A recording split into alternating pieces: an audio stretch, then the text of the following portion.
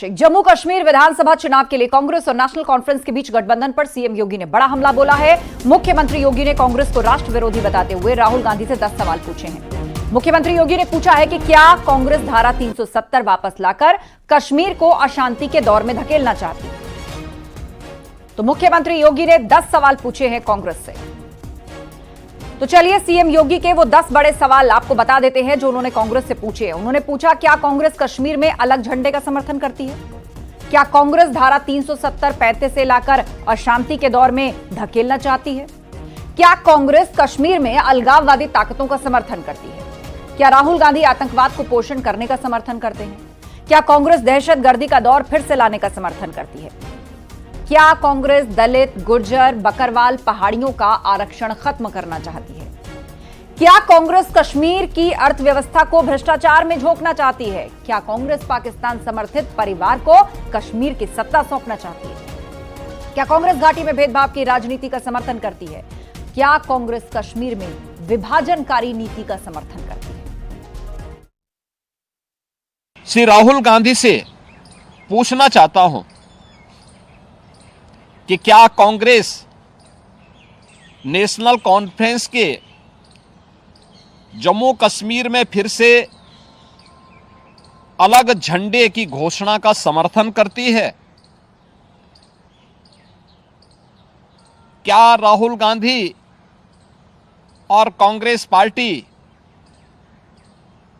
धारा 370 और article 35A को वापस लाकर जम्मू कश्मीर को फिर से अशांति और आतंकवाद के युग में धकेलने के जम्मू कश्मीर नेशनल कॉन्फ्रेंस के घोषणा का समर्थन करती है? ऐसे महत्वपूर्ण चुनाव में इंडी गठबंधन की जो नेतृत्व कर रही है कांग्रेस ने Abdullah and sons family private limited की नेशनल कॉन्फ्रेंस के साथ गठबंधन करके फिर से अपने राष्ट्र विरोधी मंसूबों को देश के सामने रख दिया है। कश्मीर को लेकर बीजेपी के आरोपों का कांग्रेस नेता प्रमोद तिवारी ने जवाब दिया है। उन्होंने कहा कि कांग्रेस पर आरोप लगाने से पहले बीजेपी को अपने गिरेबान में झांकना चाहिए, क्योंकि पूर्व प्रधानमंत्री अटल बिहारी वाजपेयी की सरकार में फारूक अब्दुल्ला और उमर अब्दुल्ला मंत्री बने थे। क्या तब जम्मू कश्मीर में 2 झंडे और 2 कानून नहीं थे? आजकल भाजपा के बहुत से नेताओं को च्यवनप्राश खाना चाहिए, याददाश्त बढ़ाने की दवा खानी चाहिए। भूल गए यही फारूक अब्दुल्ला साहब, उमर अब्दुल्ला साहब भारतीय जनता पार्टी में अटल बिहारी वाजपेयी की सरकार में मंत्री थे। तब का 2 झंडे नहीं थे, 2 कानून नहीं थे। यही श्रीनगर में महबूबा मुफ्ती के पिताजी तब जीवित थे। सरकार भारतीय जनता पार्टी ने कश्मीर में पहली बार मिल के बनाई और पुरानी फुटेज निकाल के देख लिए, 2 झंडे भी थे, 2 संविधान भी था और मुख्यमंत्री पद के लिए समर्थन दे रही थी भारतीय जनता पार्टी और मुफ्ती साहब शपथ ले रहे थे मुख्यमंत्री पद की। रायबरेली से कांग्रेस सांसद और नेता प्रतिपक्ष राहुल गांधी आज प्रयागराज के दौरे पर जा रहे हैं। राहुल गांधी सिविल सोसाइटी की ओर से आयोजित संविधान सम्मान सम्मेलन में शिरकत करेंगे और लोगों से बातचीत करेंगे। इस सम्मेलन में संविधान से जुड़े अलग अलग पहलुओं पर कई सत्र में चर्चा होगी।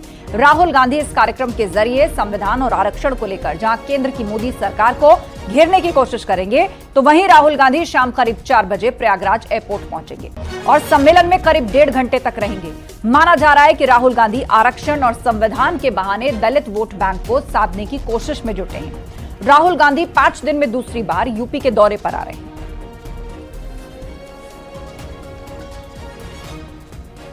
रायबरेली से कांग्रेस सांसद और लोकसभा में नेता प्रतिपक्ष राहुल गांधी 5 दिन में दूसरी बार यूपी के दौरे पर आ रहे हैं। राहुल गांधी ने अपने संसदीय क्षेत्र रायबरेली में पहुंचकर जहां अर्जुन पासी हत्याकांड को लेकर राज्य सरकार पर निशाना साधा था और इसके साथ ही साथ आरोपियों को बचाने का आरोप लगाया था। उसके बाद अब वो प्रयागराज आ रहे हैं, जहां पर संविधान सम्मान सम्मेलन में शिरकत करेंगे और ये सम्मेलन इसी एएमए के सभागार में आयोजित होने जा रहा है। दरअसल संविधान बचाने का जो फार्मूला था राहुल गांधी का, वो लोकसभा चुनाव में हिट साबित हुआ था। इसके जरिए उन्हें कांग्रेस की सीटें भी बढ़ी थी और उन्हें काफ़ी लाभ हुआ था और माना यह जा रहा है कि अब इसके बाद लगातार संविधान के मुद्दे को लगातार वो उठाते रहेंगे और इसी वजह से वो एक बार फिर से प्रयागराज आ रहे हैं। सिविल सोसाइटी की ओर से संविधान सम्मान सम्मेलन का जो आयोजन किया जा रहा है, उसके साथ ही साथ यहाँ पर जब राहुल गांधी आएंगे तो आरक्षण और इसके साथ साथ संविधान के मुद्दे पर एक बार फिर से केंद्र की मोदी सरकार और प्रदेश की योगी सरकार को घेरने का काम करेंगे। मंत्री धर्मवीर प्रजापति ने राहुल गांधी के प्रयागराज में संविधान सम्मेलन पर शामिल होने को लेकर सवाल खड़े किए। उन्होंने कहा, सबसे ज्यादा संविधान की हत्या इन्हीं की दादी के समय में हुई थी, इसीलिए अब जनता इनके भ्रम में नहीं फंसेगी। गांधी जी अपने दादी के कार्यकाल को देख लें, उनके कार्यकाल में संविधान में जितने परिवर्तन हुए कभी भी इतिहास में इतने परिवर्तन नहीं हुए देखने को मिले। और संविधान की वो बात करते हैं, हमारे लोकसभा में सदन में राहुल गांधी से ये पूछा गया था कि संविधान में पेज कितने हैं, बता नहीं पाए थे। संविधान की वो चर्चा करते हैं जिन्होंने संविधान की हत्याएं की हैं, संविधान की वो चर्चा करते हैं जिन्होंने संविधान को कई बार तोड़ा है।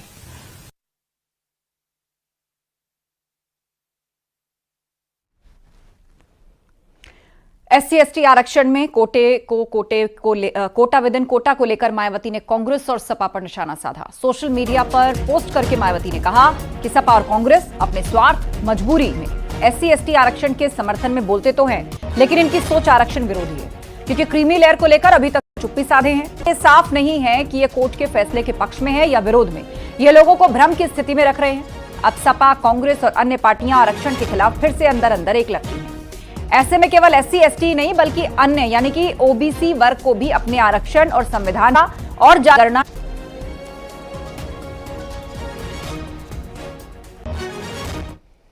समाजवादी पार्टी के प्रधान आयुक्त प्रदेश अध्यक्ष श्यामलाल का कहना है कि सीसामऊ में 98 मुस्लिम BLO हटाए गए, पर गैर दोषी अधिकारियों पर कार्रवाई होनी चाहिए है। और लोगों ने स्कूल के प्रिंसिपल पर आरोप लगाया है कि यहां जबरन मदरसे की पढ़ाई हो रही है। इस मामले पर पुलिस ने जांच के बाद 3 लोगों का चालान किया है और ग्रामीणों के मुताबिक स्कूल का हेडमास्टर मौलाना को स्कूल की चाबी देकर मालिकाना हक देने की साजिश रच रहा है। बरवाखाड़ इलाके का यह स्कूल है।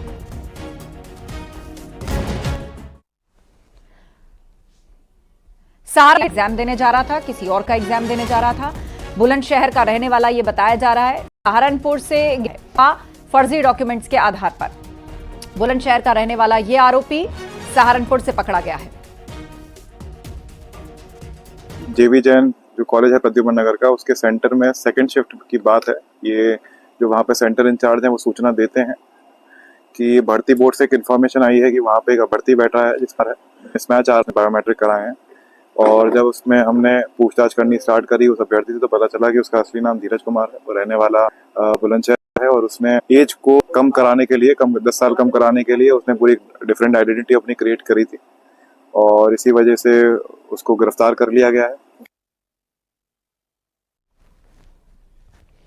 यूपी पुलिस कांस्टेबल भर्ती परीक्षा आज दूसरे दिन भी जारी है। इसको लेकर डीजीपी प्रशांत कुमार ने परीक्षा केंद्रों का निरीक्षण किया।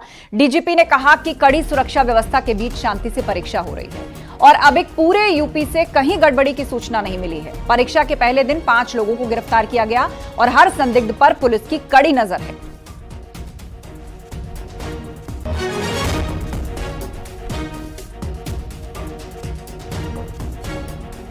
सभी ऐसी व्यवस्थाएं की हैं जिससे कि परीक्षा की शुचिता और अक्षुण्ण रखी जाए और अभी तक किसी भी तरीके की गड़बड़ी की शिकायत नहीं है। कल ऐसे 5 लोग पकड़े गए थे जिनके पास कुछ जैसे कोई ऐसी डिवाइस मिल गई या कोई ऐसी चीज़ हो गई